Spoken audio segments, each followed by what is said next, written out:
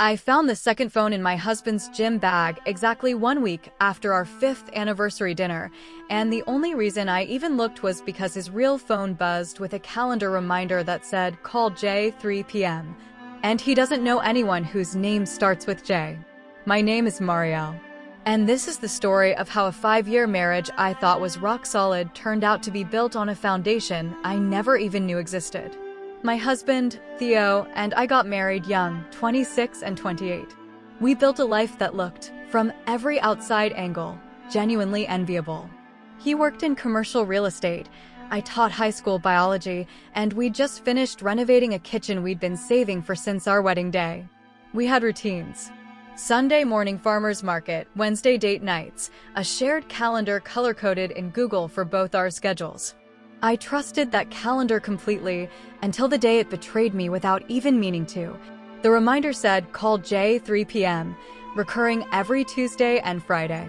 I asked him about it casually over dinner that same night, expecting something boring, a coworker, a client. He said it was just work stuff, a vendor named Jerry. I believed him. I had no reason not to. 3 days later, I was looking for his charging cable in his gym bag before a trip, and underneath his running shoes was a second phone. Not broken, not old, an active phone, password protected, charged to 60%. I didn't open it that night. I sat with it in my hands for almost 20 minutes, arguing with myself about whether this made me paranoid or whether I already knew the answer and was just delaying it.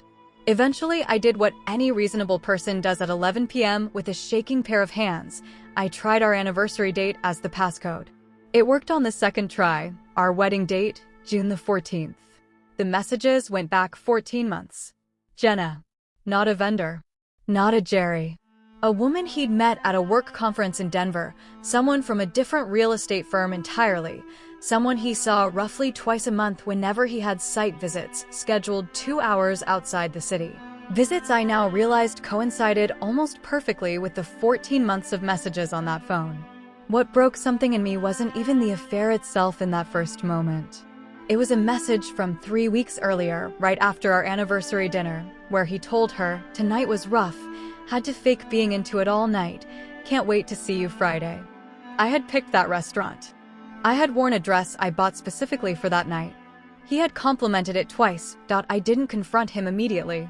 I photographed every relevant screen, forwarded them to my own email, and put the phone back exactly where I found it, shoes on top, zipper at the same angle.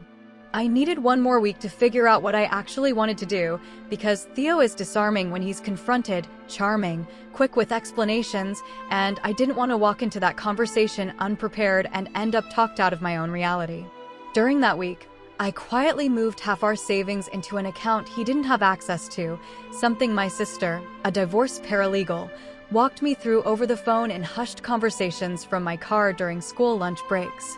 I also found out, through the messages, that the site visits often ran through hotel receipts he'd been expensing to a business account we technically both had visibility into, if either of us had ever bothered to check it, which neither of us had in 3 years. I confronted him on a Sunday morning, coffee still in my hand, the second phone sitting on the kitchen island between us.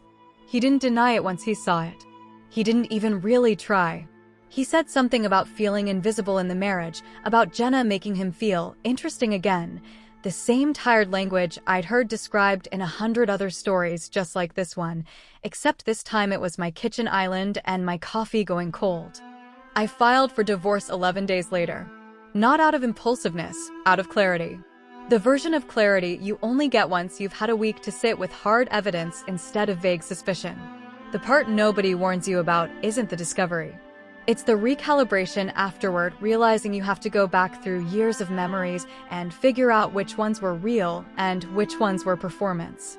That anniversary dinner. Was any of it real, or was I just the audience for a scene he was performing while counting down to Friday? I don't have a neat, healed-up ending for you. It's been 7 months. I still flinch a little at calendar reminders. I still can't drive past that restaurant without a small physical reaction in my chest. But I can tell you this, I moved that money before I confronted him for a reason, and I'd tell any woman in a similar position to do the same. Clarity and self-protection aren't paranoia. They're just what you owe yourself once the trust is already gone.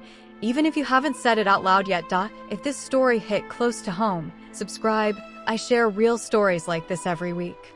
And tell me honestly in the comments, would you have confronted him immediately or waited like I did to gather everything first?